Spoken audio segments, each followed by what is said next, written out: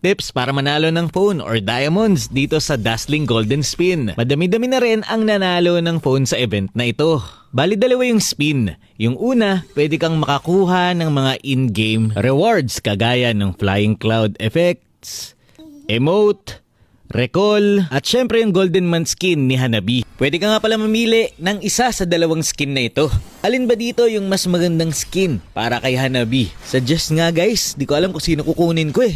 Kailangan mo lang gawin yung mga daily task para makapag-spin at maklaim yung gusto mong reward. Ganon din dito sa spin na may premium phone. Gagawin mo lang yung napakadaling mga task tapos pwede ka nang mag-spin.